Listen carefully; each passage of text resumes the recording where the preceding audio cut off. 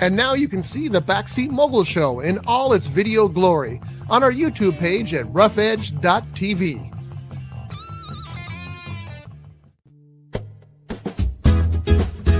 It's tiki time at Harbor Cove Cafe. Dive into the tropical paradise at the end of Spinnaker Drive in Ventura with vibrant drinks, delicious bites, award-winning fish and chips, and more. Now featuring extended hours and happy hour. Fridays from 2 p.m. to 8 p.m., Saturday and Sunday from 2 p.m. to 4 p.m.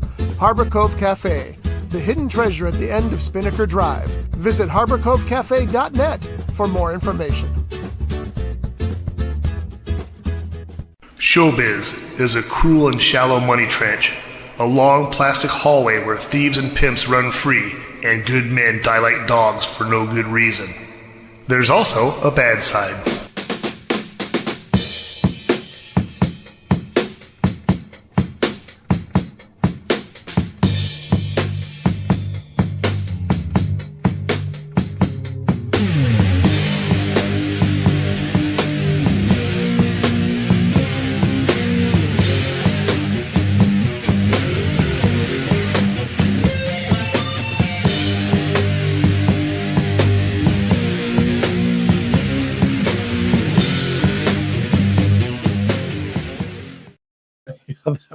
Hey, this is the Backseat Mogul Show live here on Rough Edge FM. We were just enjoying John doing his morning headbanging to the theme song from Slam Alice there. And one of these days he's going to faint during it. Did you know? Let me do it now. You were like running out of breath when you were doing that. Yeah, we could hear it. We could hear you go. So you got to calm down there, Johnny. You already spent the night in the hospital once this week. Yeah, I was. Really? I was in the ER, got to the ER around 8 o'clock, between 8 and 8:30, St. John's. And they ran all kinds of tests on me. And when I got to leave, it was daylight. My doctor, they did some blood tests on me on Tuesday.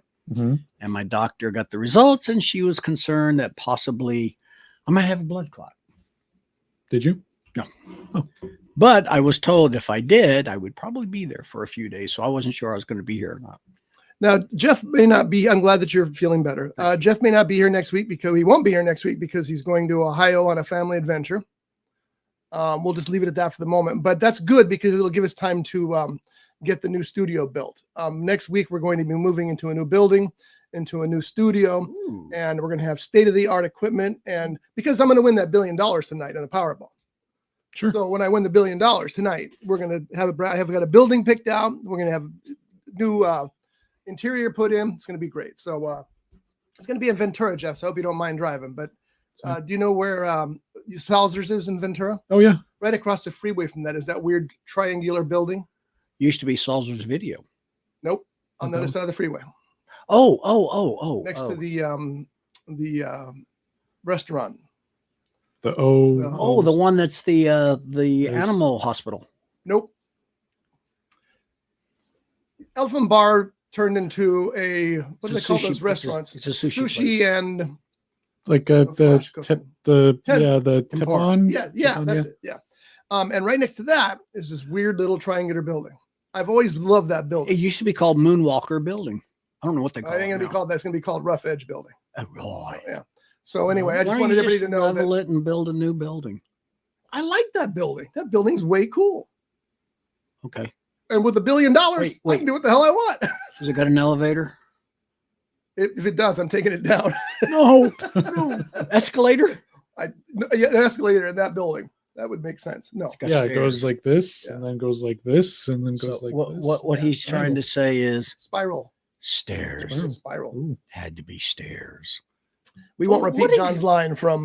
Well, you got to because I don't think Jeff. Not on this show.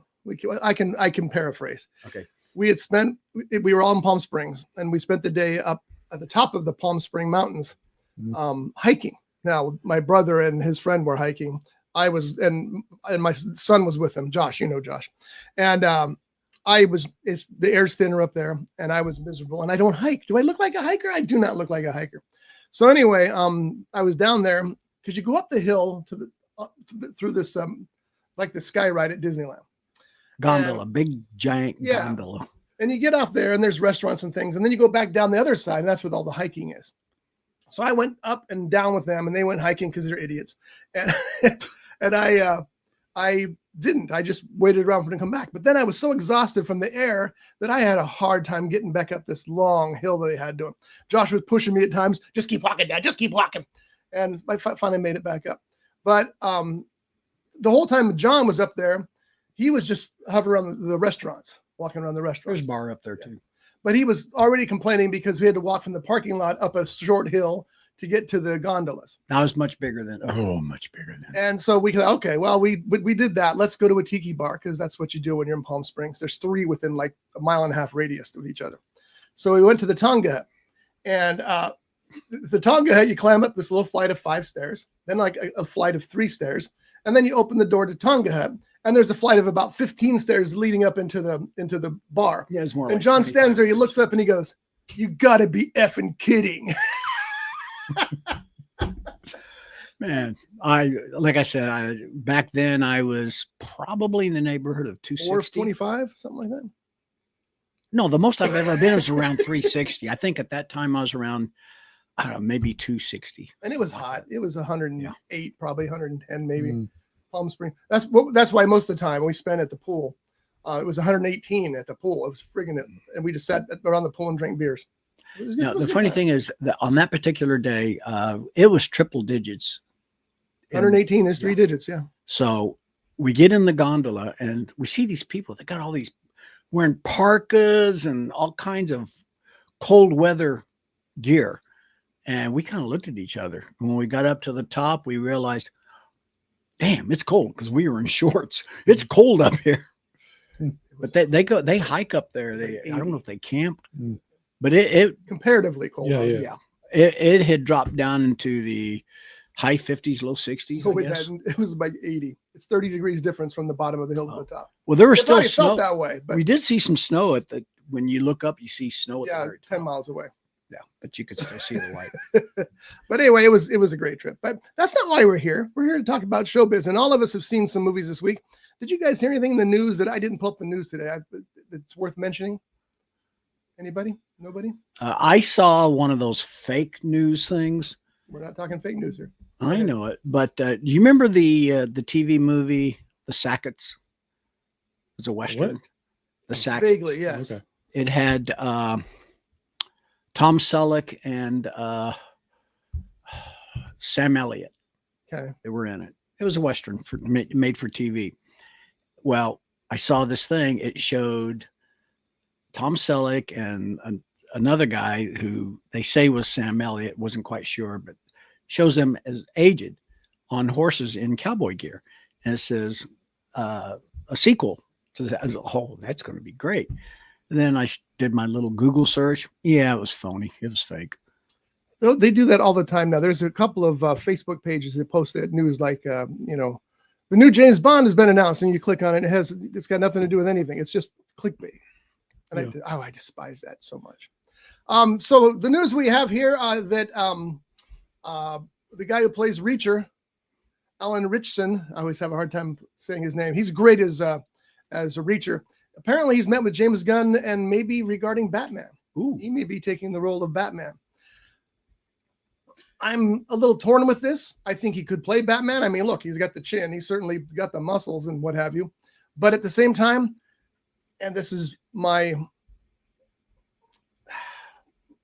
thing for superhero movies, too many great actors are getting into these superhero movies where they're basically playing, and I'd rather see them do something else. I'd rather see them do a new hero or a drama or something like that. And I don't want to be Martin Scorsese and talk about how superhero movies aren't art, but I just think there's better things these people could do with their talents.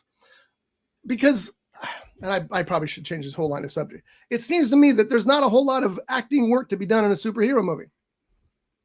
Would you agree with that, or am I off base? Or I think for a lot of superhero movies, sure. But it just depends on which ones you're talking about. Because I feel like there are some where the acting really pops off. And then there's others where it's like, what's even going on here? Yeah. I mean, you're more concerned about the character because you know the character better than the nuances of the performance because there doesn't have to be any in some cases. Yeah. Like I feel in the case of, well, for example, like the new DC stuff, like Superman, I feel like that acting like was really, really well done. No, that's a good point. That's an excellent point. Whereas like some Pattinson. of the, or the Batman. Yeah. Whereas some of the newer Marvel films, it definitely does feel like they're just hanging out, playing and stuff like that, where it's not so serious, but there are a few gems within Marvel where agreed. The acting is really good. I did hear about this though, and I read a little bit from what he said, because he did talk with James Gunn, and I guess they did talk about Batman, and he says that it's not likely for him to play Batman, but they did get on about some other character that's more likely from what he said. Okay. You can play a bad guy. Yeah, I forget who was. So I was reading the comments, and they did mention a character, but I didn't recognize the name. But there's a lot of people speculating that right now they are debating on just using Robert Pattinson. I don't know why they wouldn't. He was good. That film was so good, and Superman was so good. And if you look at those two films side by side, there's a lot of parallels with how those, like, it's almost the same like story arc with the same, but it's just like for their character. I don't know. I know there's video essays on it, yeah, and stuff that I watched, and they have a lot of really good points on it. And I really think that it would be a good idea for them just to use Robert Pattinson in this, because I feel like, you know, if you even think about those two characters sharing the screen together, Robert Pattinson's Batman and Corn Sweat, his Superman, I feel like the dynamic would be there. I think agree. it could work really well together. Yeah, and as good as Pattinson was, and you know, a lot of people don't like him because of the Twilight movies. I didn't. I thought, okay, this poor guy's stuck doing these kind of movies, but then he proved himself over and over again. And I think the Batman, more than anything, proved to a bigger audience that he's capable of that kind of level of acting. Well, so it's silly to, I think, to replace him. What was the one that Pattinson did about the water? Water for Elephants. Yes, I did not see that one. I wanted to, and that was the one that changed my whole mind on him. I watched that one night, middle of the night, just because I couldn't sleep or whatever. And the movie was good. Of course, my hero's in it, whose name just slipped my head. He's such my hero that I forgot his name. But I thought Jason Statham was your hero. No, he's my boyfriend. Oh, that's right. Yeah. You know, the actor won all the awards for the Tarantino movies. Come on. Yes, it was him. I guess we'll go with that. Sure. Anyway, that movie really turned me on Pattinson. I thought this guy's definitely got chops. And then when you see the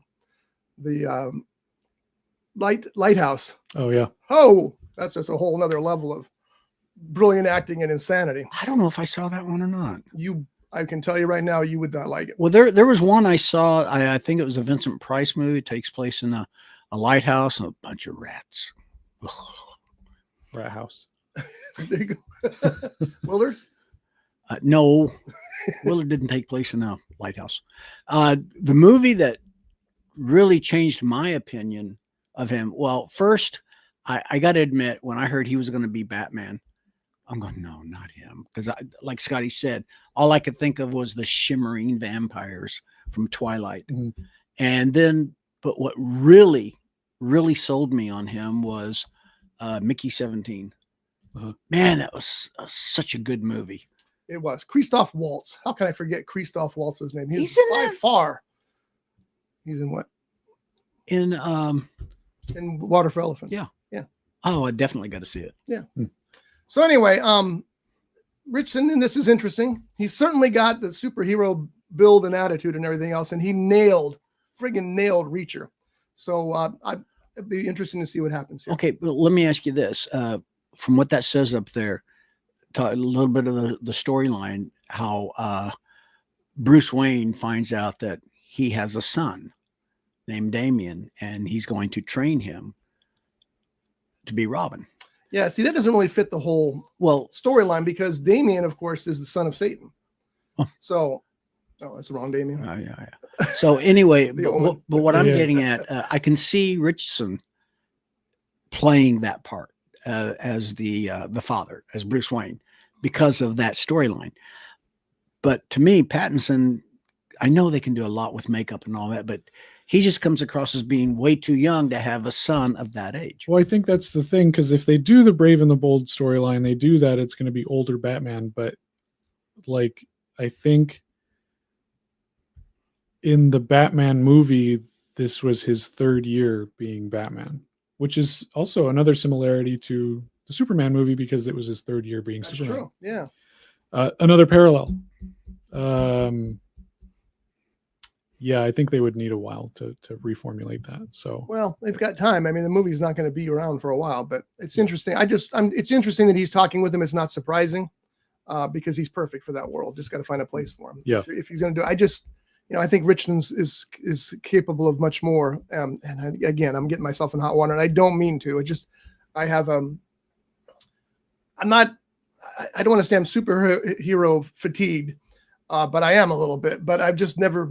I like the superhero movies, but they're in a category of their own, and they're not. I don't know. Here I am talking like this, and I like the Meg and the Meg 2. So don't listen to me. You said something earlier when we started talking about Richardson about it'd be better off if he was to do a different role. And I totally agree. Create a role for him, or pick a comic book character that nobody has done a movie about. Sergeant Rock. That's what I was thinking. know. I thought he'd be perfect as Sergeant Rock. You remember back in the 80s, I think 80s, maybe early 90s, there was talk that Schwarzenegger was going to. Oh yeah, I actually Sergeant have a pin from one of those conventions of Schwarzenegger with Sergeant Rock on it. But I think Dr. Rock. Richardson, It's in a sense, that's what he is in Reacher. He's an ex-army guy, or army. Yeah. But he was, I think, a major or colonel when he retired from the military. I could see him being Sergeant Rock. Yeah. But here's the problem, and I get this as well. You got to look at it from the studio's point of view as well. And I know I'm the one who said he should play a new character, but building new characters is expensive and costly and risky because you don't know what's going to happen. Well, one of the reasons I agree with giving him a totally different character, creating one or picking somebody nobody has done, it's the same way I feel about when you have an established character, regardless of their race, their ethnicity, their what they prefer. It's established, it's canon. And then a movie comes along where they have totally changed the actor to play that character. I totally disagree with that. I think they should take an actor, give them a totally brand new character, and let them create a character of their own, But that's never going to happen because of what I just said. It's just too expensive and risky. Well, I think James Gunn in particular is really good at taking these characters that nobody knows about. They're like deep cut comic book characters. Superman was a good example. I didn't know any of those characters. Well, I knew Green Lantern, but that was it. And Mr. Terrific was terrific in the Almost movie. stole the movie. The whole Guardians of the Galaxy, any character that shows up in that, or even the Suicide Squad, a lot of those characters were just random side villains and stuff. Which version of Suicide Squad? The Suicide Squad. James Gunn with Polka Dot Man. And, That's why you said the Suicide Squad and not Suicide Squad, right? The good one. Yeah. I've seen both, and honestly, the only thing I can remember is in one of them, Sylvester Stallone plays a human shark or a shark. That's the good one. That's the good one. Okay, and then King Shark. was that the first one or the second one? That is, yes. Okay. It Yes. was the one that followed. Yeah. It's the second one, but we don't count the first we one. don't count the first one, so it is the first one. Yes. And then Will Smith was Deadshot. No, That that's was the the bad one. one. That was the bad. Yeah. I thought that was the first one. That was the first one. That was Yeah. the bad one, but we're not counting it. Oh, okay. Yeah. So We're trying to confuse you, John. yeah. Trying. Well, apparently we succeeded. Yeah. I know I've seen both. And the best thing about it was Margot Robbie. Well, Yeah. Wasn't she usually in when both? Margot Robbie's in something, it is Oh, just yeah. like that. Did you hear she's going to be in a remake, Tim Burton remake of the 50-Foot Woman? Can't wait. Yes, as a matter, we perfect. talked about that last week. Did we? Yeah. Mention it in passing. Because I had mentioned recall. I mentioned the 50-foot woman, and I think you brought that up, or you brought one of you guys. Oh, it's been a long week. And then what I also mentioned the one about the Air Force officer who gets hit with radiation and he just becomes a big Right. Okay. Right. Now I remember that. Colossal man. colossal man. Yeah. All right. So in other news, Emma Stone and her director Yorgos Lanthimos. I know I'm saying it wrong. I don't know how to pronounce that. They did the film Poor Things together, which did very well. She won the Oscar for it, deservedly so, because that's one of the bravest roles I've ever seen anybody in that film. She was impressive in that movie. What did you think of Poor Things? Did you see it? I watched half of it. That's what you thought about it. Yeah. It's a weird movie. Yeah. It is a weird movie. I can't say whether I liked it or didn't like it, but I didn't hate it. Mhm. It was an interesting concept all the way through. Mm-hmm. Well, now the new movie that they're doing together called Begonia is again Emma Stone, and she is playing a I think she's a CEO. Yeah, she's a CEO, and one of her employees believes that she is an alien from space, so he kidnaps her, and he does unspeakable things to her to prove that she's an alien. Did she like it? And here's the headline from the article, not the headline, but the opening tagline. If you think Emma Stone and director Yorgos Lanthimos pushed the envelope with Poor Things, wait till you see Begonia. Now, Jeff, you saw half of Poor Things. It was, does explicit really cover it? Yeah. And I think that's what like got me for it. I was just kind of like, I don't know if I wanted to watch something like this. There's places on the internet I could watch that, you know. What are they? No, well, you know, family show. I don't know. Maybe I missed the point. Maybe it was a little too, I don't know. It wasn't for me. Well, I think I might need to revisit it. I think, because I did have a discussion with a coworker about this, and she brought up a lot of good points, and I was like, yeah, maybe I did miss a lot of it, because she really enjoyed it. It's very complex screenplay and story, and that does help a lot. Mhm. And like I said, I can't say whether I liked it or disliked it. I was amazed by it, but that's a whole different emotion. So we're going to close out with this on news, just because we got to get to some reviews here. But K-pop Demon Hunters did it. #1 last weekend. 2 days in theaters, sold out screens, almost $20 million in those 2 days. You know that Sony's kicking themselves for selling it. You know that Netflix is kicking themselves for not putting it in theaters. It's just a monster, and deservedly so. It's a really good movie. I was just stunned because the guy in the anime show, Devin, you got to see this movie. You got to see this movie. I've watched so much anime and animation that he's recommended, and I'm usually disappointed. It's just not my style. This didn't matter the style. It's just an amazing, well-made movie. So it deserves everything it's got. And it's not stopping. I think it's still #1 on Netflix. Yeah, I've been, school's back in. All the kids are playing the music from it, singing the songs from it. I mean, I got a couple of the songs on my iPod. And there's talks about a sequel and a live action and stuff. Like, I mean, I want a sequel. Apparently I watched another one of those video essays where they were like, here's the groundwork for the sequels that was built in the first movie. I'm like, that's actually some really interesting stuff, you know? So yeah, it's one of those things you wouldn't think would work. But first of all, the fact that it's got the animation style, because it's not quite anime, but it's animation style, anime style. And then I'm not into pop music at all. I mean, I'm a heavy metal guy, you know, but this is K-pop. That's a big deal. And also it's the other story where they're, is it witches they're hunting or demons? Vampires? What is it? Demons in this one? Demons, yes. Yeah. Demons. Well, the title is... It's a dead giveaway. I should have paid more attention. That's been done before too, you know, but not to this level, not to this perfection almost. Yeah. It's just really, really well done. So more power to it. And it's good for Netflix. I think Netflix, as far as I know, and I could be misspeaking here, is still the only streamer that's making money. All the other streamers are just struggling and losing money right and left. So it's strictly a stream. It's not a theatrical release. It was a theatrical release last weekend, but only for 2 days, Saturday and Sunday. And for sing-along. And it still beat out all the other movies for the whole week. It's pretty impressive stuff. Beat out Weapons. It beat out Weapons. It did, but just barely. Weapons is doing very well too, and deservedly so. You saw that one? Yeah. Oh, that's Yeah. so good. Yeah, Weapons was amazing. I have recommended that to so many people, and I keep telling them.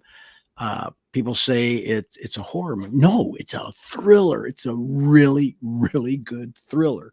Mhm.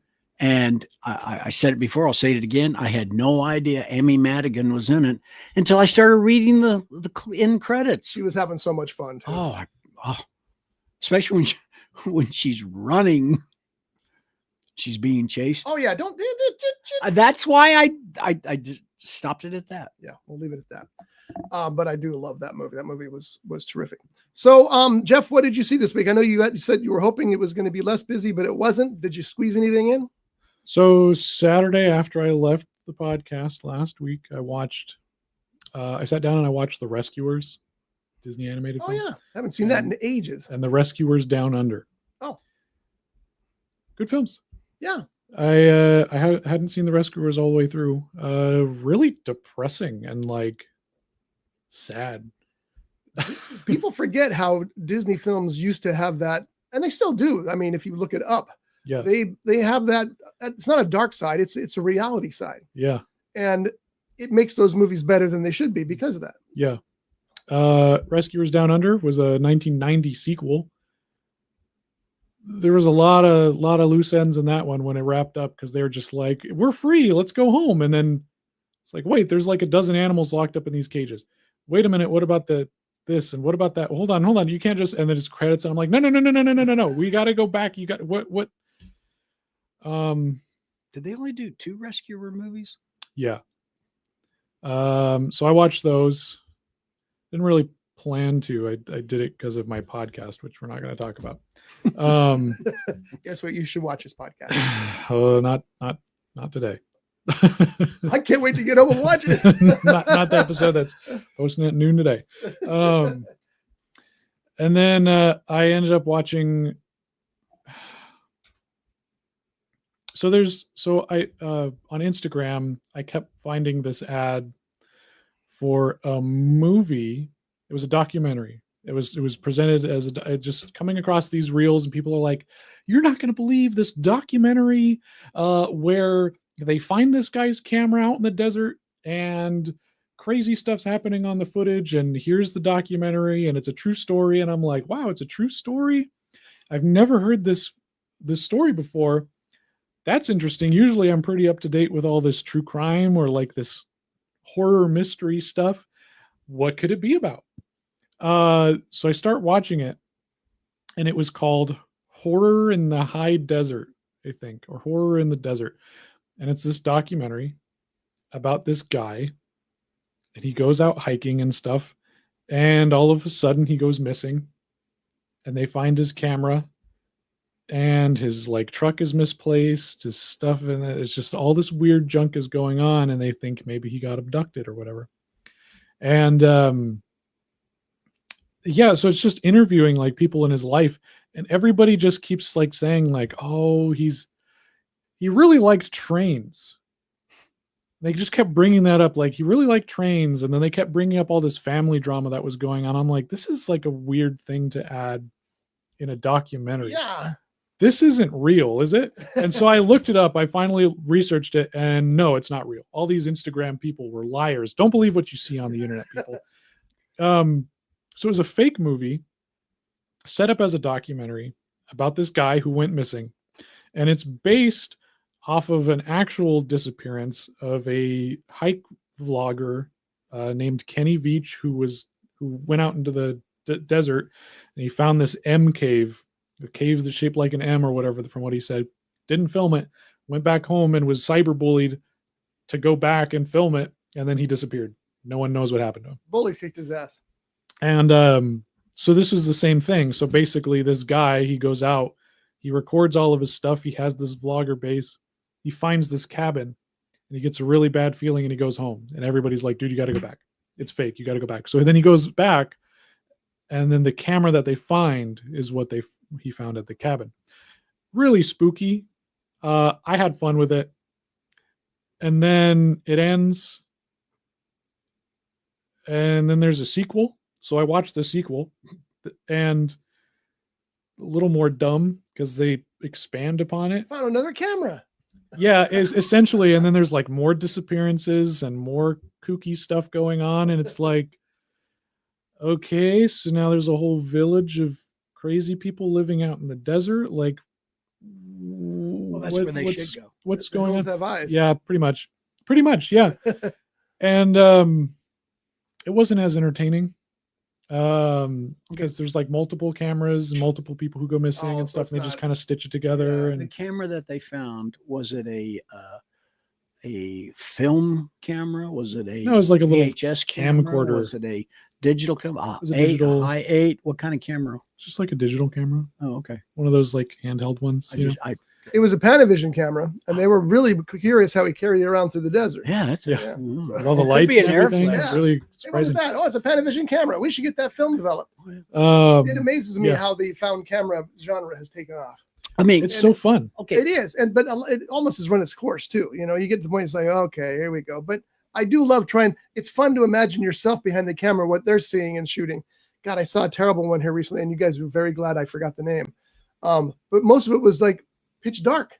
You couldn't see what was going on because, you know, every once in a while you see a leg go by, and because they're in a cave or something. It's like, this is not.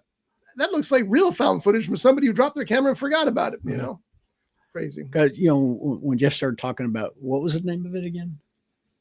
Horror in the High Desert, I think. You can find both of them on YouTube. There's a third one that's out, but that one's not on YouTube yet, so I didn't watch that. All I could think of was Blair Witch Project. Well, yeah, that started Yeah. it all. And didn't they do 2 Blair Witches?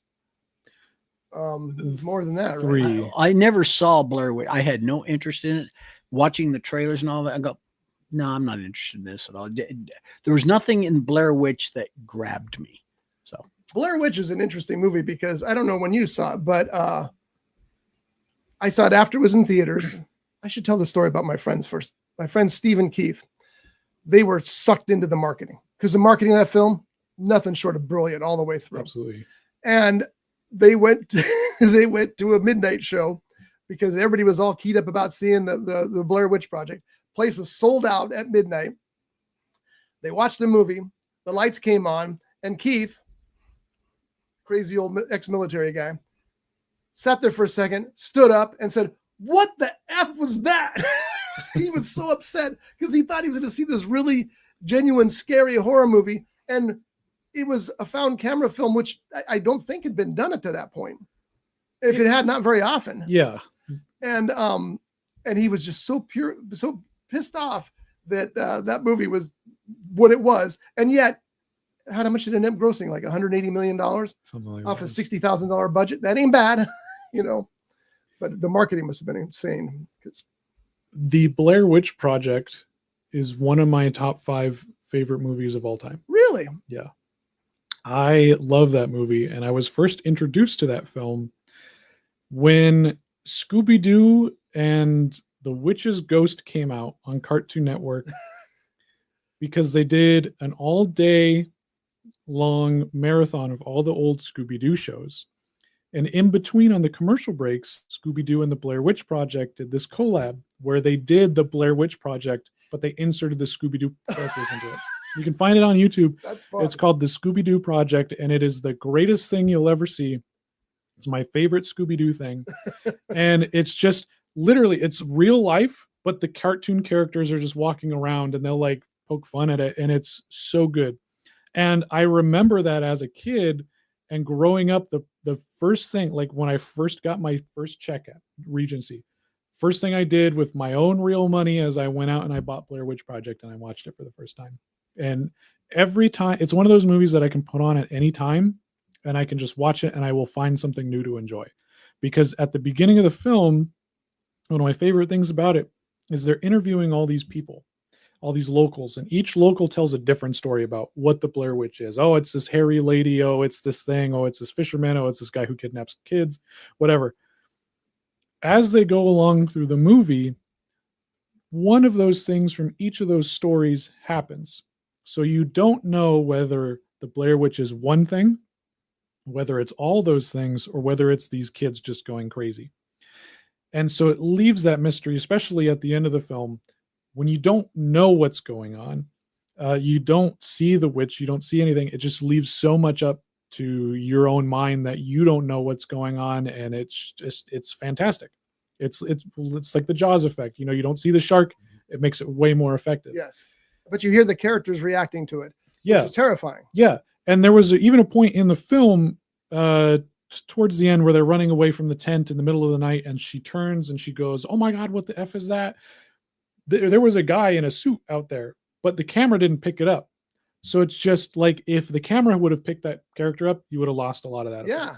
But you don't, because you can't see it in the camera. And it's just she saw something. What was it? And so you're replaying that scene. It's like, what did she see? What did she see?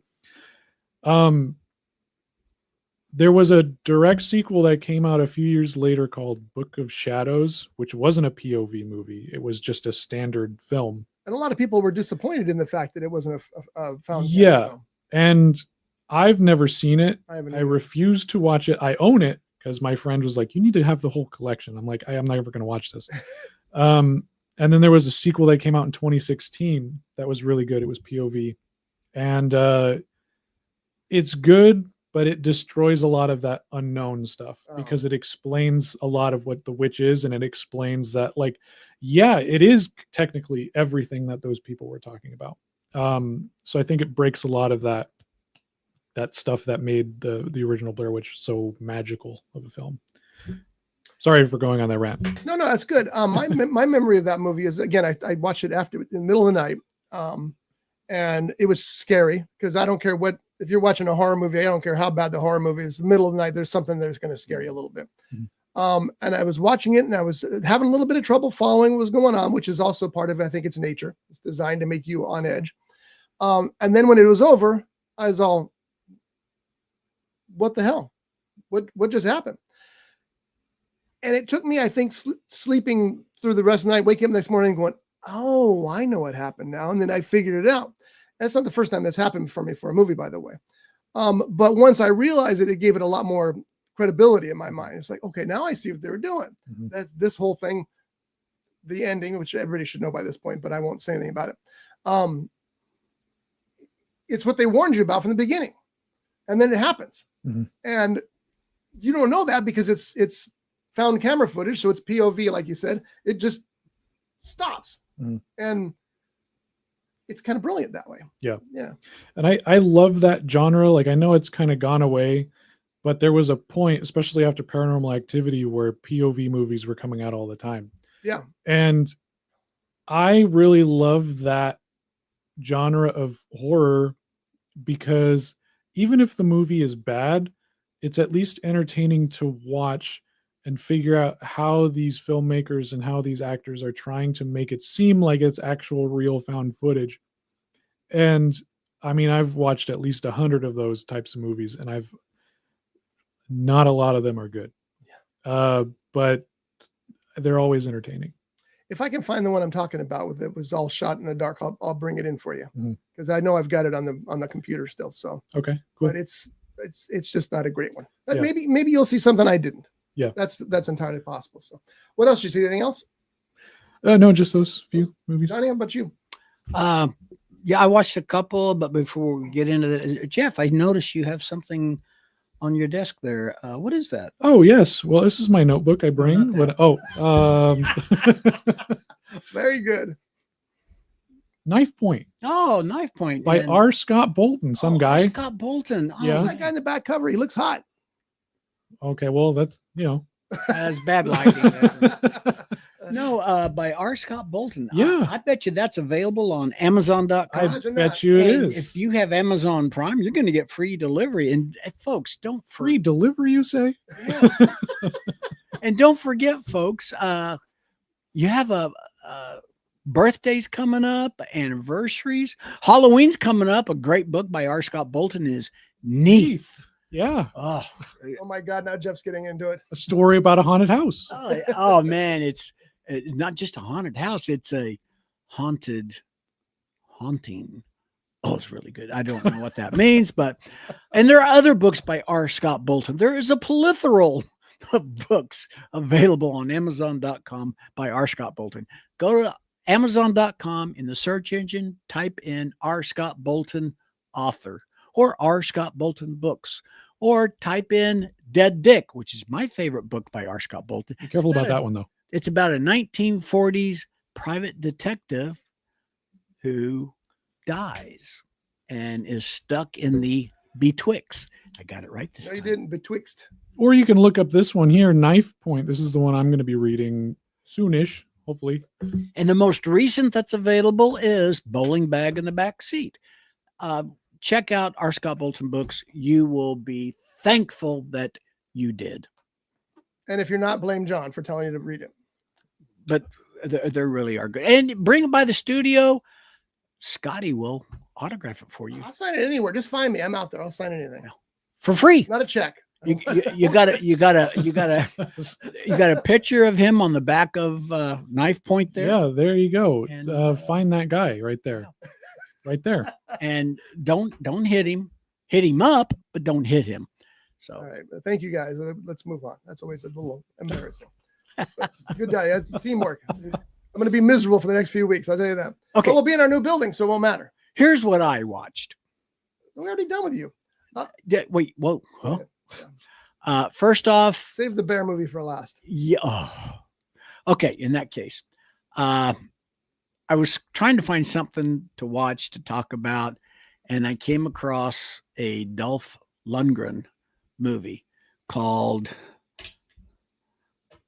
I just lost it, called In the Name of the King 2. I love the way he says that. In the name of the king, too. Subtitled, I guess you could call it subtitled, Two Worlds. It was better than the first movie that I watched, which we'll talk about later. We'll get to that. Yeah. But it had some entertaining points to it. The camera work I thought was really good in The Name of the King 2, Two Worlds. Most of the acting, I even got to admit, was not bad. It's just fun to see Dolph. Yeah. As long as Dolph's And in it, I'm in. it was released, I believe, in 2011. But watching his character, I don't know if his character is supposed to be this way because he's a retired military officer who has I don't know if it's a karate dojo or there's something like that, where he's teaching kids for self-defense. And yeah, they've done 3 In the Name of the King movies. The first one, I believe, had Jason Statham, Scotty's boyfriend. John Rice Davies, Ray Liotta. And yeah. And then In the Name of the King 2, which had Dolph Lundgren. And then there was In the Name of the King 3. I don't know if there's a 4, 5, or 6 or not. I hope to God not. Here's the thing that's funny about these movies, though, is the first movie with Jason Statham had a 4% review rating on Rotten Tomatoes. 4. 23% with the audience. That's terrible for an audience rating. The second one, the critics didn't even bother reviewing. There's no review whatsoever. And I think that the audience rating was like a 14. And part 3, which apparently takes place in modern days because there's a guy running around with a gun, there's no rating at all. So these movies are all done by the same director. And I was trying to find his name. He's notorious for making bad movies. Oh, yeah. Oh, M. Night. You Bowl. Not M. Night. Sorry. Oh, he made some good movies. Uwe Boll is one of those directors who managed to get funding, but can't make a movie to save his life. I don't know that he's ever made a good movie. And he's kind of famous for that. And then, if you're still making movies and you're making bad movies, more power to you. I can't. Well, fault you for that. he had a good cast in the first one. He had a good cast in all of them. There's people in every one of them. Dominic Purcell was in part 3 from Preacher. Matthew Lillard's in that? Yeah. Ray Liotta? Wow. But it's, they suck. So anyway, now you have to watch part 3. Yeah. Well, I started after I watched part In the Name of the King 2, Two Worlds. When that was done, I started watching In the Name of the King, something Siege. Dungeon Siege or something like that. Something like that. I'm watching it. I'm going, I looked at the clock and I got to get up early. Oh, wait. I think I've seen this one before because I remember those fight scenes. So I turned it off. Probably didn't miss much. No, but one of the reasons I wanted to watch is because, like Jason Statham, I was going to say, well, I have said this before. I've never seen a bad Jason Statham movie. Oh, they're out there. Well, yeah. One of my favorites that he was in was, I think, was called Bank Job. Bank Job's a great movie. Yeah, it was a really good movie. I recommend that one. I see. So anything else that you saw other than the bear? Just the normal stuff that I try to get caught back up on the old TV shows, NCIS, CSI, the original. I'm still watching. I've only got a few episodes left of Sue Thomas, FBI. Facebook. Oh, eyes yeah. and that was a Canadian TV series that takes place in Washington, D.C. for the FBI, the Federal Bureau of Investigation. And I recommend it. They only did like 3 seasons of it, which was really a shame because it was based on a real person who was deaf, but she could sign language and she could read lips. And she did join the FBI. Good for her. Anyway, I recommend that TV series, and you can find that on Tubi and maybe some others. But that's pretty much about what I watched. Well, with the exception of this, The Bear. Now, it's not The Bear, the TV show.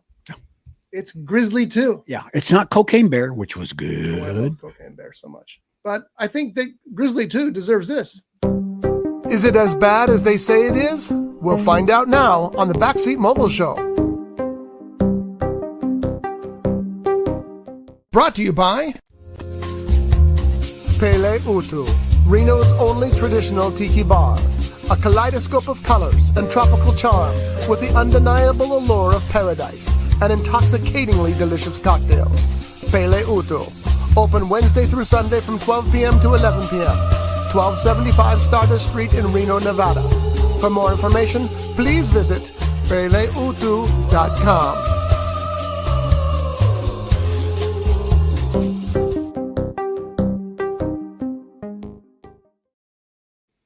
So today on Is It As Bad As They Say It Is, we have Grizzly 2, which was finally released in 2020. So it's been around for 5 years. Just showed up this month on Netflix, which is weird because they sent me a thing. You might be interested in this. Grizzly 2.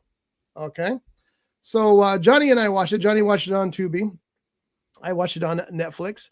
The story behind this is that in 1976, I believe, there was a movie called Grizzly, an exploitation movie about, obviously, a grizzly bear. Which had a really good cast. It did have a good cast, and it got kind of a cult following. It grossed almost $40 million at the box office, so it was a hit. And they prepared a sequel, actually started shooting the sequel in 1983, I believe. Funding fell through, as it so often does with these kind of things, and the movie sat around on a shelf for about 4 years until it was purchased by another film company who were going to finish the film. It sat on their shelf until 2019, when one of the original producers, I believe, bought the film or was able to get the rights transferred to a company she worked for, and they finished Grizzly 2. Now, you know that they finished Grizzly 2 all those years later because the stars of Grizzly 2 on the top of the credits, George Clooney, Laura Dern, and Charlie Sheen. Pretty big names, right? Mm-hmm. They're dead in the first 6 minutes. and don't forget. He's not dead in the first 6 minutes, John. I'll get to him. Oh, sorry. Yeah, my bad. Grizzly 2 picks up where Grizzly 1 ended. It starts out with a badly CGI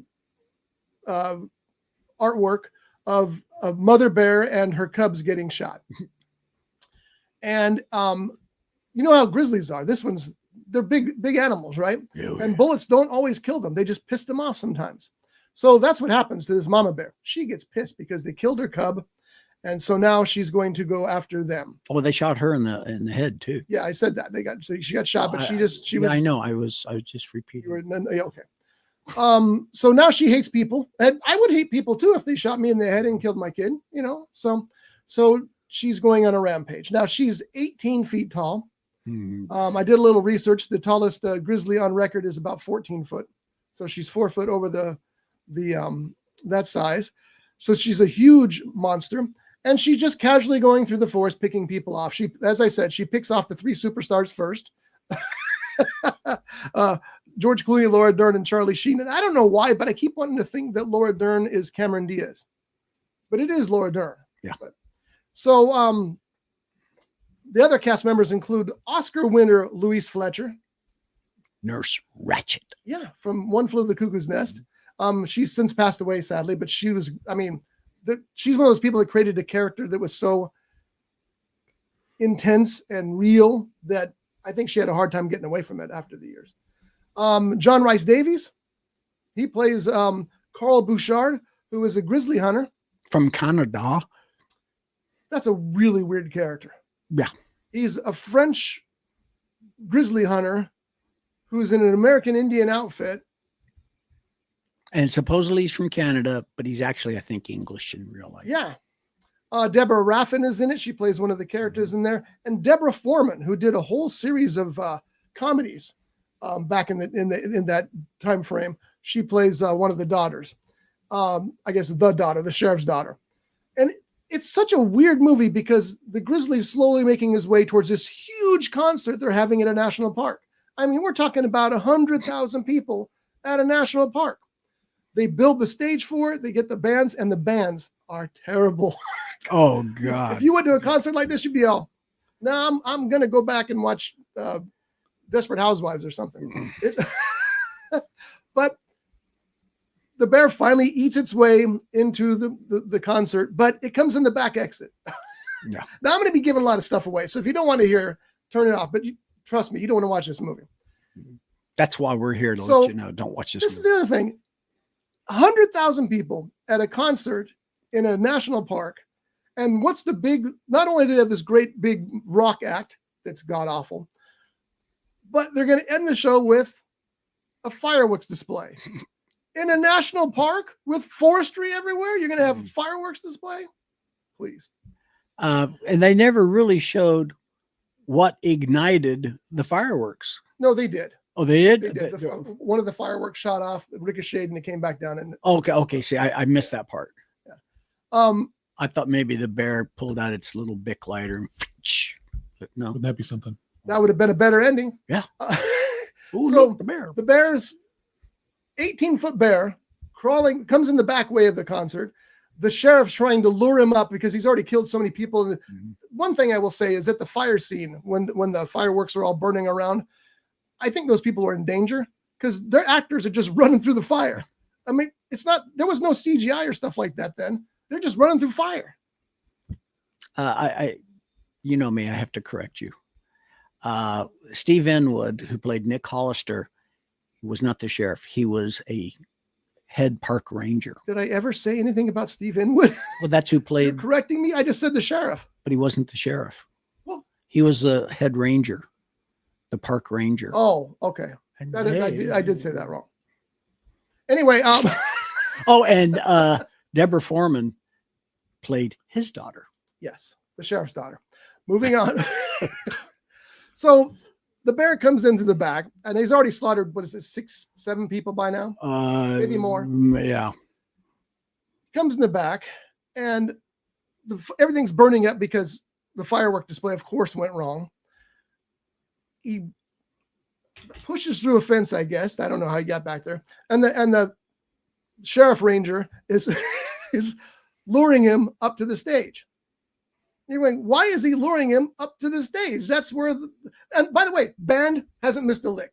There's this 18-foot bear crawling up the stairs, fire everywhere, like Apocalypse Now, like that scene where they do the napalm, and the bear walks up the stage. You see a sign, caution, high voltage, because of all the lighting for the show. He lures the bear into the lighting.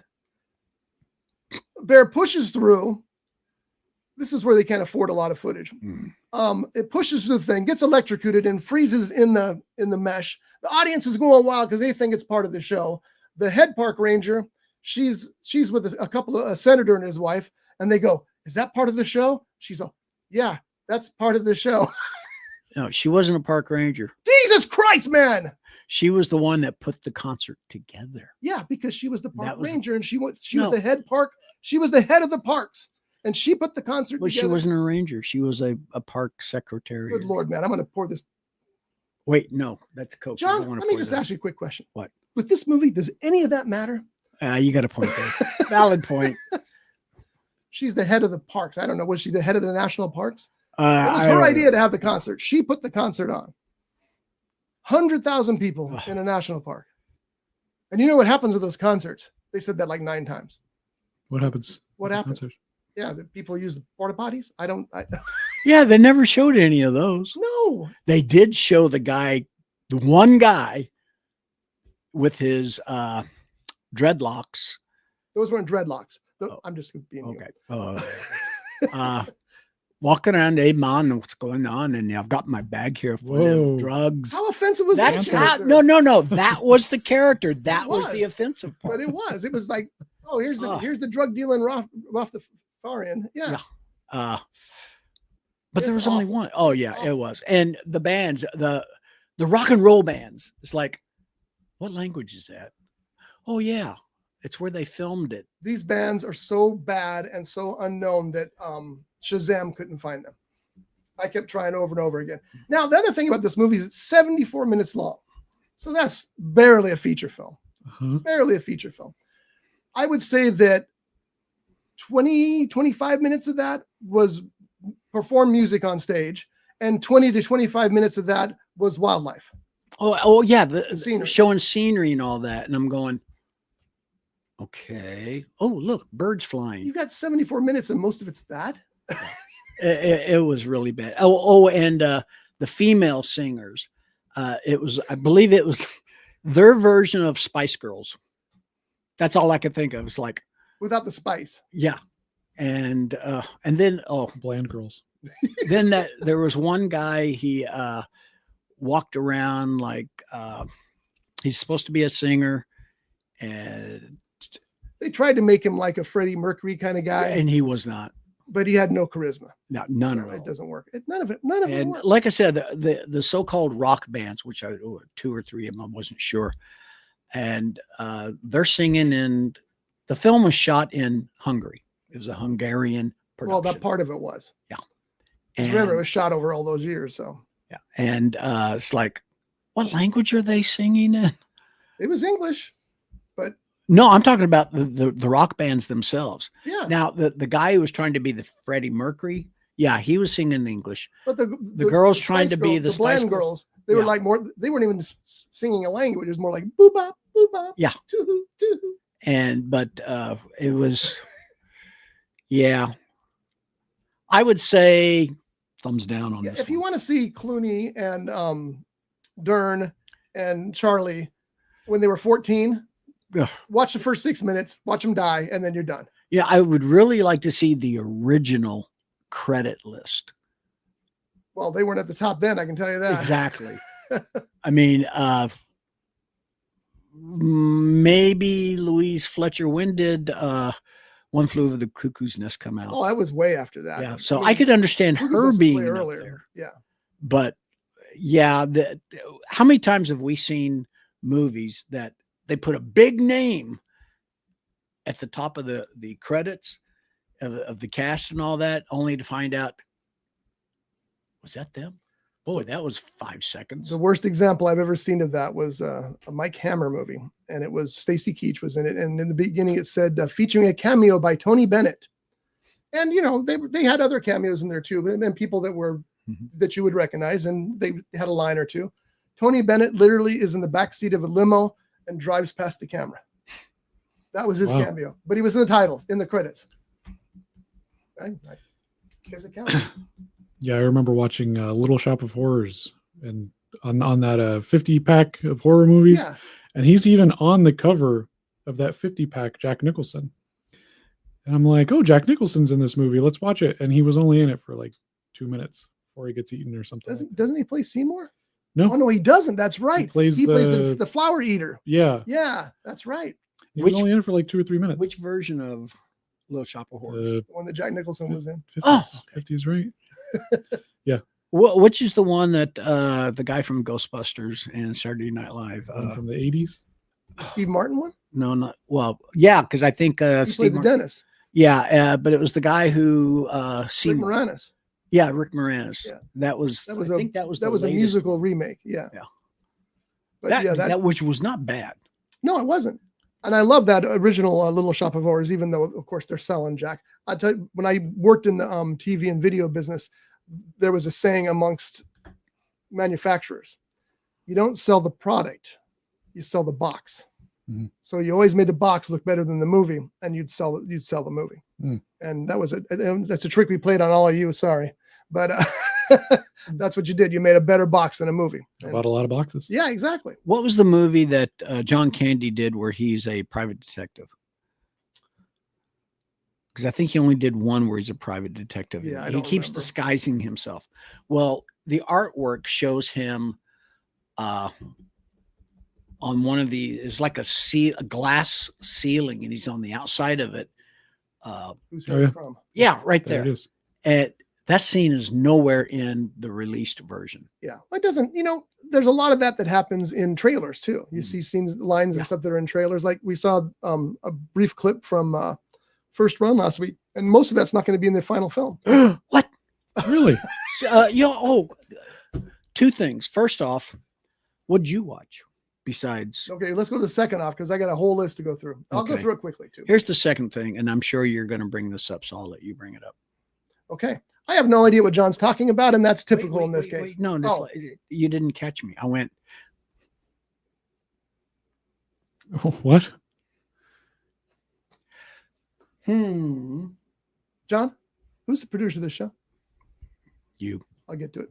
Okay. See, I told you that's why I said I'll let you do it. Yeah, the time is not now, but when it is, I'll. Is get there a to it. reason? And now it's time for the First Run Progress Report with filmmaker Jeff Genet.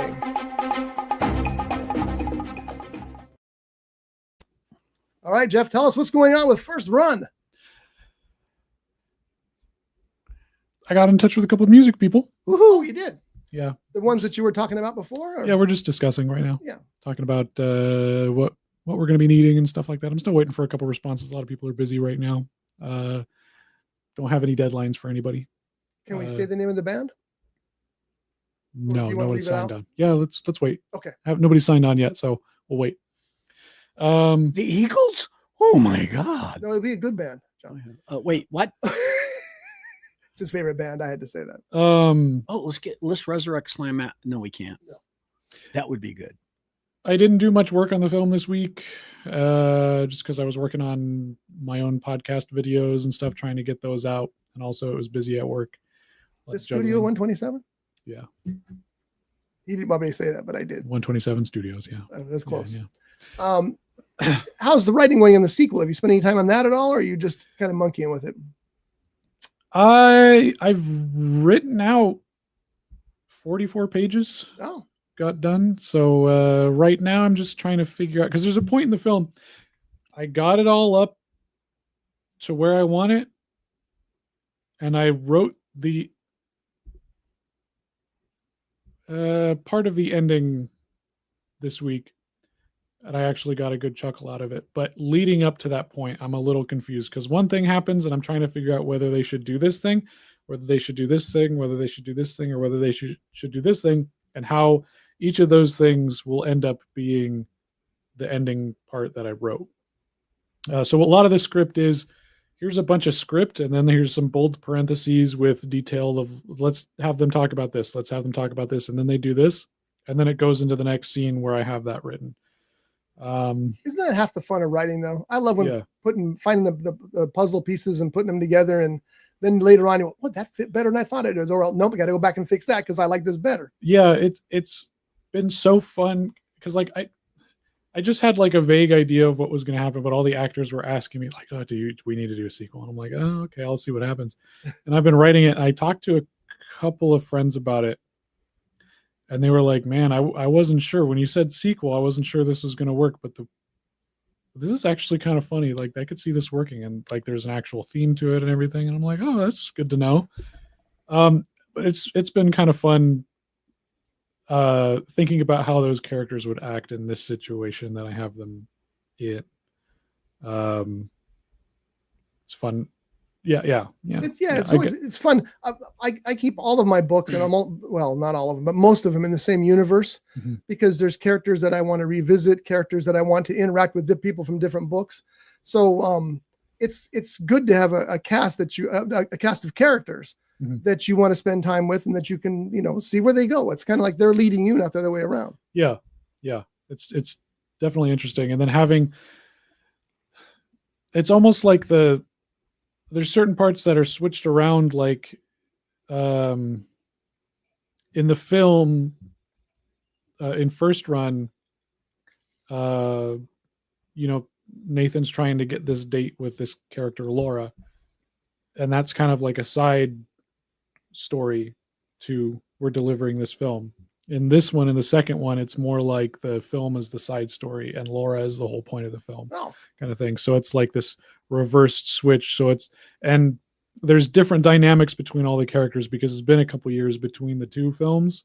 So it's just like everybody's gone through different things and everybody has different feelings on each other from the point of the end of from first run. So it's kind of interesting writing these characters in those different perspectives and stuff. So it's fun. Yeah, that's good. Yeah. So, you think you're gonna have time soon to work on it again, or to get back into the first movie, or? Well, I'm going to be out of town for most of this week, so I don't think I'm going to be able to until next week when I get back. But I will be writing. I'm going to print out this script that I have typed up, because right now it's just my notes and it's jumbled all over the place. So I'm going to print out the script and then use the script and fill in those spots. And then I will also be taking this on the plane with me, along with Stephen King's It. Are you almost done with that? Oh, Stephen King's It? I'm 400 pages in. So you're not almost done with it. It's 1,500 pages. Yeah. So, yeah. It's a monster, but it's a masterpiece. Yeah, it's good. What was that you just showed our viewing audience? We've already done that, John. What was that again? This book. Oh, that's the book by R. Scott Bolton called Knife Sure Point. is. Yeah, we just talked about it. Oh yeah, we did it again too. I took the photo for that cover. It's not a switchblade. That's my knife. And just a velvet background. And I was really surprised. I thought, man, that came out exactly like I imagined it. Works well. Yeah. So, but that's fun. I do my covers too. All right. So the movies I saw this week, I saw a bunch, and we're going to go through them rather quickly, but I'm going to start with The Conjuring because I finished the Conjuring series. I'm ready for The Conjuring Last Rites now. I finished The Devil Made Me Do It. And as I recall, you had some questions about that, didn't you? Didn't you have some issues with The Conjuring? Devil Made Me Do It? Yeah, it was just because, the first 5 minutes of the movie is the actual story. And then the rest is just kind of like the whole thing with the witches and all the underground tunnels and junk they go through. Like, I'm like, what is this? I've never heard this before. And that's all for the movie. And then they wrap it up in a nice little bow and say like, oh, then he was let off after a couple of years. Well, it's not really how it happened. Oh, is that true? Yeah, they kind of just like dismissed it. They're like, yeah, demon possession doesn't work. Yeah, you get this many years. But they kind of like played it nice. So like at the end of the film, when you see it, you're like, oh, wow, okay, it really did help him. No, it didn't really help him. You got to have a happy ending in a movie. That's unfortunately a fact of box office success, not necessarily artistic success, but box office success. You usually need a happy ending. There are exceptions. Seven is a brilliant example of that, but for the most part, you need a happy ending. Well, I liked it. I think you were 100% right. The three Conjuring movies are the best of the series. Yeah. They just have a different vibe than the Annabelle films do and whatever.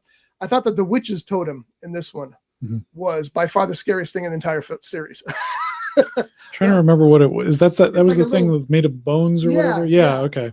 She's crawling through the cellar, of course, or not the cellar, but the underground. What do they call those things? Tunnel, sewer, reverse attic. Yeah, reverse attic. Yeah. There we go. Basement. No, it's not a basement. Cellar. No, it's not a cellar. Wine cellar. Oh, you said not a cellar. Yeah, it's just cave underneath the. I used to send people there all the time at work, and now I can't think of the word. It doesn't matter. She's crawling through that, and you can't think of it either.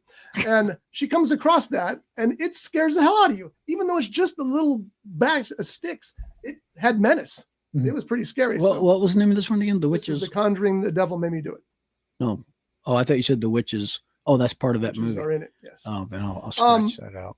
I should do this. And I like the ghost too, the lead ghost, because she was different than the other demons, ghosts, whatever she was. I don't She remember. She was very prim and proper and spoke with a modern tone. When she talked to people, it was just like she was talking to another person. Uh-huh. And that's not usually the case in these films. You know, he's usually, you will die. In this one, I'm going to kill you all. It was kind of interesting. You know, she had a different attitude. And I appreciated that because it wasn't cliche. And also John Noble was in it. And I'll watch anything that John Noble is in. The guy's amazing. Oh, The Fringe. Oh, Fringe and Lord of the Rings. And yeah, he was very good. So anyway, I enjoyed it much more than the Annabelle films. All three of the Conjuring films. So I'm glad there's another Conjuring movie. I don't care if there's another Annabelle movie. It just didn't click for me. I feel like there's a level of seriousness that goes into the Conjuring, the mainline films, as opposed to the other ones where it's just they just hand it off to someone and say, "Do this goofy thing." Yeah, you know, because you take the Conjuring films definitely a lot more serious than the other ones. Just the vibe is way different. I agree, and also you have characters you care about. Yeah, because you really like the Warrens. Yeah, and I don't know how they were in real life or whatever. It doesn't matter. Their screen presence is it's endearing, and it's you believe in them. They're genuine. Yeah, and especially when you got Patrick Wilson and Vera Farmiga. Thank you. I can never say her name right. They're both great actors. Yeah, and they pull off those characters really nicely. It kind of comes into play with what I was talking about, the superhero movies. You got this horror movie that's kind of a cheesy horror movie, but you've got above average performances, which lifts the whole thing up. Yeah, it's the opposite of the superhero movies. So anyway, I watched that and enjoyed that. Then let me pull up my little list here. What else did I watch this week? Oh, we saw Honey Don't at the theaters. John liked it more than I did. And it's part of Ethan Cohen's, what he's calling his lesbian noir trilogy. Oh, yeah. Okay. The first one was Derby Girl, not Derby Not Girls. Derby Girl. Runaway Dolls. Runaway Dolls, yes, which is now on streaming, so I will get to that because unlike you, I'm a huge Coen Brothers fan. This is the second one. Margaret Qualley, and by the way, it is Qualley. Oh, it is Qualley? I looked her up and she was saying her own name. Oh, really? Okay, Qualley, yeah. And she's amazing. I mean, she's just so stunningly good that. Was she Honey? Yes. Okay. Yeah.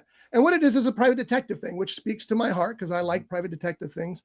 And the story was good, but it was told in kind of a sloppy way. I didn't like the way it didn't feel firm. It felt kind of jumbled. Yeah. Okay. I was able to follow it and everything like that, but it just didn't seem solid to me. And that was a problem. And the main reason for that might be because there are some explicit sex scenes in this movie, sometimes bordering on the kinky, that take you out of it. They're distracting. I'm watching this private detective story, and I'm not complaining about seeing Margot Robbie or Aubrey Plaza nude. That's okay. No, Margot Robbie's not in it. No, that's it. I always get them confused. Yeah. Quality. But they're just so blatantly obvious and bordering on it, X-rated. Yeah. That it's like, wow, this is very distracting. So that may have hurt the story as well. I've heard other people say that same thing, by the way. I looked that up afterwards. And yeah, they feel the same way I do. All that being said, I would watch another movie with that character, with Qualley playing that private detective character. But this one, for a Coen Brother movies, I would give it a 7. And that's low for me. Even though it's just Ethan, I would still lower it down. So the movie supposedly takes place in Bakersfield, California. That was nice. And nearby areas. Mm-hmm. In nearby areas. But I think it was actually filmed in a different state, maybe New Mexico or something. But that's okay. A lot of it, you could. Well, the scene where they drove by the building that said Bakersfield was probably shot in Bakersfield. Yeah, probably. Yeah. One of the best things I liked about the movie was the fact that Honey's car that she drives is a 1972 Chevelle SS, supposedly big block, and I'm only judging that because of the hood that was on, and it was a convertible. It was a gorgeous car. I had a 70 SS Chevelle. So you give a movie a higher score if it's got cool cars. Well, yeah. Okay, just want to know. And also, for me watching it, some of the scenes, not the kinky sex stuff, but some of the scenes made me think of Tarantino type of. I can see that filming. because that's got that private detective kind of edginess to it, and he's Tarantino's all about edginess, so that makes sense. I also thought Chris Evans was very good in this. Yeah, he was. I mean, again, he's got his share of kinky sex scenes. I mean, we see it. Oh yeah, it's about as much of his butt as I want to see, but but he's really good. He was I don't want to say what he plays, but he's very good in it, and it's good to see them and Aubrey Plaza and everybody else in it delivering these great performances. But like I said, and I'm the farthest thing from a prude on the planet. The sex scenes were too intense and took you out of the movie. When you see characters, let me rephrase that. When you see actors who you're used to the type of characters they play, like in Chris Evans, he's been Johnny Storm in one of the early Fantastic Four movies, Captain America, other things. And to see him in this particular role is like, really? Well, but his performance was good. It was really good. It's kind of akin to his performance in Knives Out, but Knives Out wasn't that sexually explicit. It was a little odd. It threw me off. Now I'm a little worried about watching Drive Up Dolls. Is that what it's called? Drive Away Dolls. Drive yeah. Away Dolls. I saw Drive Away Dolls. I was okay with it. I didn't come away going like, oh wow, that's great. It was just like, yeah, it's okay. It's a little kooky. Yeah, I don't remember explicit sex scenes though. Well, then they probably weren't, because you'd remember these, I promise you.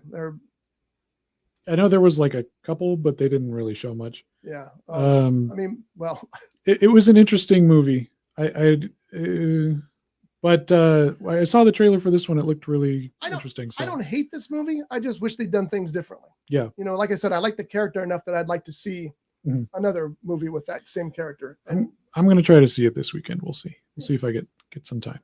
I also watched the documentary about Devo. Are you familiar with Devo? Sounds familiar. The band with the flower pot hat? With the hats? Whip it. Oh, sure. Yeah. Yeah.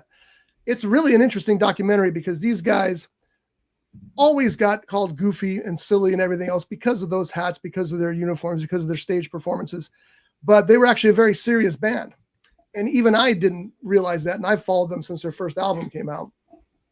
But it all starts with they were at Kent State when those 4 people got shot. And that really affected their entire belief package for whatever it is. And that's the kind of thing they were trying to put forward in their music. And at the very last scene in this documentary, Bob Casale, I'm not sure if it's his first name, because there was a couple of Casales in the band, but he says, we wanted to say something, but I'm not sure most people got it. And I did not realize how intense and serious they were about it until after I saw this documentary. And then you go back and you think, and you're like, oh yeah, I can see it now. But at the time I was just having fun with music that was a little different, costumes that were fun and science fiction-y, and the weird, it's a punk rock new wave kind of sound, I really enjoyed the video for Whip It. And see, they talk about Whip It because they on their second album didn't do well. And the record label told them that if you don't have a hit on your next record, you're gone. So they worked so hard to create a hit, and it ended up being Whip It, which to this day, Mark Mothersbaugh, who's one of the founders of the band, he makes $1 million a year off that song. Wow. And he's also a fantastic score writer. Yeah, score writer. He does film scores now. Yeah. And created his own studio with that. And that's another thing that's interesting about the band is that in the movie, he explains that Pee Wee Herman, Paul Rubens, was the one who got him to do that. He called him and said, I need you to do my music for Pee Wee's Playhouse. And he'd never thought about film scoring before. And since then, he's become, he did Thor, one of the Thor movies. So he's a big name out there. Anyway, very interesting film, especially if you're a fan of the band, but it will surprise you no matter what, because there's things that are revealed in this that are I didn't know about. What's the name of the? Devo. No, I know the name of the band. The documentary. Devo. Oh, is it Devo? It's Devo. Oh, okay. We also sure? watched The Phoenician Scheme. Really got to be a Wes Anderson fan to like The Phoenician Scheme.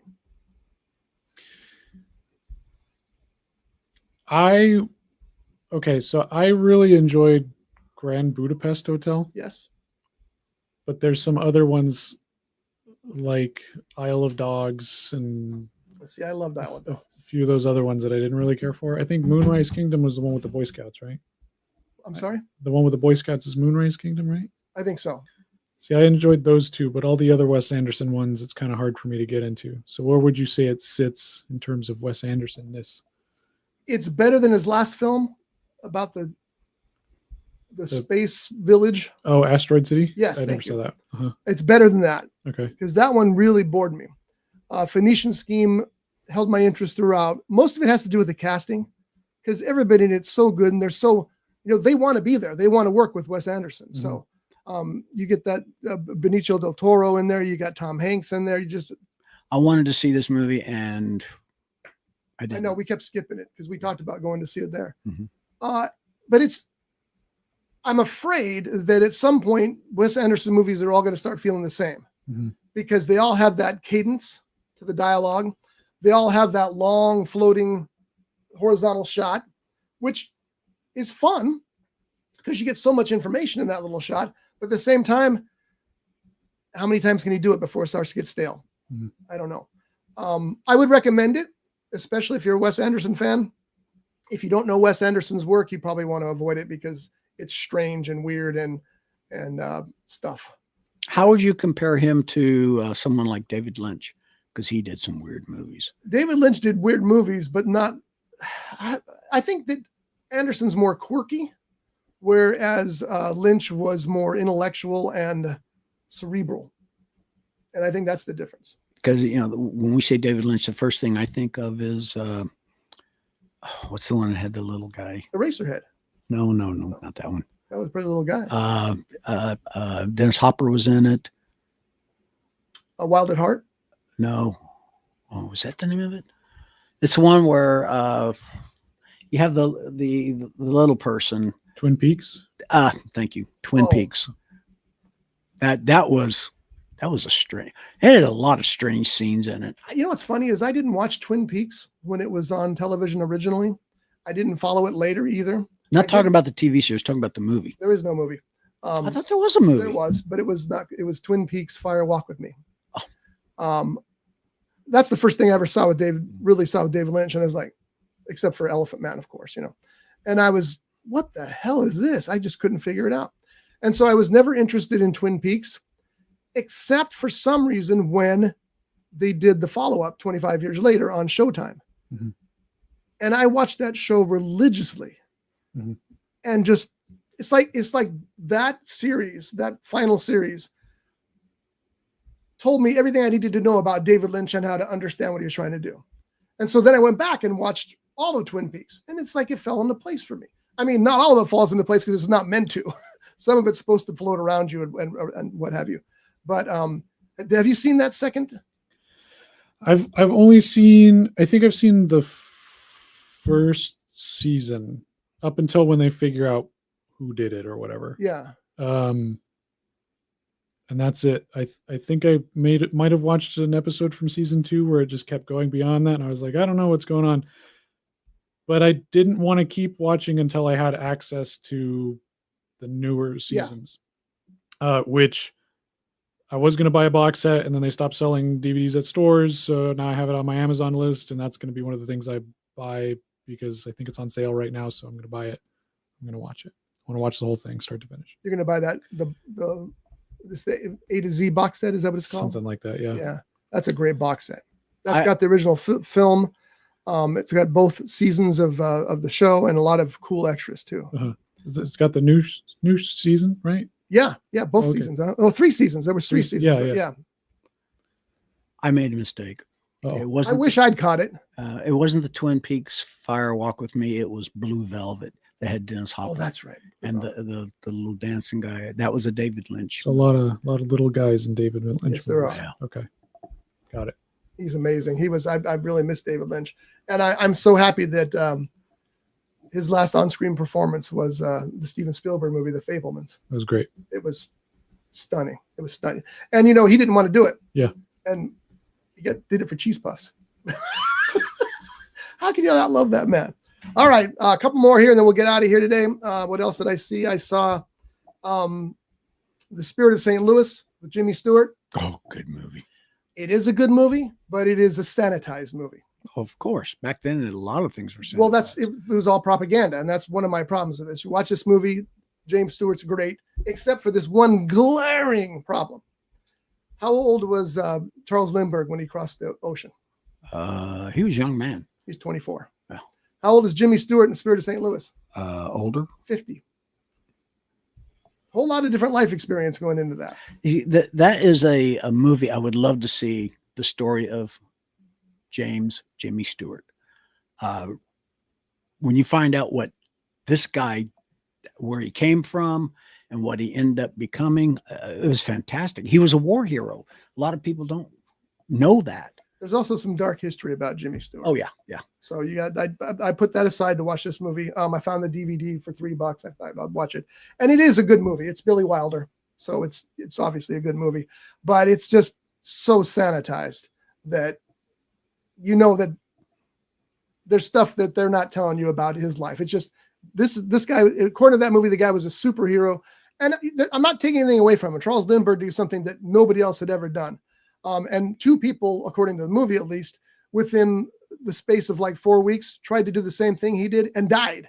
So, but he's kept doing it, and he got from where did he start? St. Louis to Paris, first time ever, which is terrifying because it was 1927. That was the first time we flew over the ocean in a commercial plane. That's terrifying. He made it. He did, just barely. Anyway, very good. Recommended. Billy Wilder film. Just go into it knowing it's not the real story. It's sanitized. And I understand that's how those movies were made. It bothers me about a lot of those movies that were made then. Also watch The Thursday Murder Club, which is a new movie on Netflix, I believe. Heard about that. Pierce Brosnan, Helen Mirren, and Ben Kingsley. Don't want to forget Ben Kingsley because that guy lights up the screen. Yeah. They play 3 senior citizens who live in a very rich senior citizen complex. I mean, you should see their apartments. They're better than my house. And they are solving a murder that has happened in their midst. They have a club where they open cold cases and they solve the cold case. Nothing new about the script, nothing new about the direction, but with that cast, you cannot go wrong, and you don't. They're just great. So recommend that. 1922 is a movie that was made in 2017. I wanted to say both dates.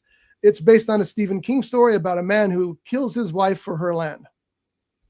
And since it's based on a Stephen King story, you can guess how that goes. It's very grim, very sad, and very gruesome. So if you're going in for a Stephen King kind of story, 1922 is a good one. Thomas Jane, you won't even recognize him. He's stunning how different he is in that movie. I like it when you watch a movie and you don't realize that actor is playing this character or another actor playing that character. A good example for me was The List of Adrian Messenger. I didn't realize certain actors of that period were in this movie until I was watching the end credits, because the end credits, the real actor, it shows them their name and they pull their makeup off and it's like, oh, that was them. I got to see that movie. I want to see that. Yeah. It stars Kirk Douglas and George C. Scott, but it's the actors. There's like 3 or 4 of them. You go, really? So George C. Scott, what an amazing man. Yeah. All right, folks. Well, we're going to cut it off there because I got to get home and meet the pest control guy. I'm getting bit in the legs. I don't like it. So I'm going to get that taken care of. So we will see you next week. Jeff will be elsewhere on an adventure. I'm envious of you. That should be a very interesting time. We'll see. Yeah, I will be either way. Yeah. Yeah. I have to do this just in case they're listening. Oh, To the Yan family, I am deeply saddened to hear what happened. So my heart goes with you all. And that's it. Well, and our heart does as well, but way to put a bummer on the whole day. Yeah. All right, folks, we'll see you next week. Thanks so much. Later days. Brought to you by The Grape, Ventura County's premier jazz venue and cocktail lounge, located at 2733 East Main Street in Ventura. For menu and music schedule, visit them online at thegrape.club. This has been a Rough Edge Studios production.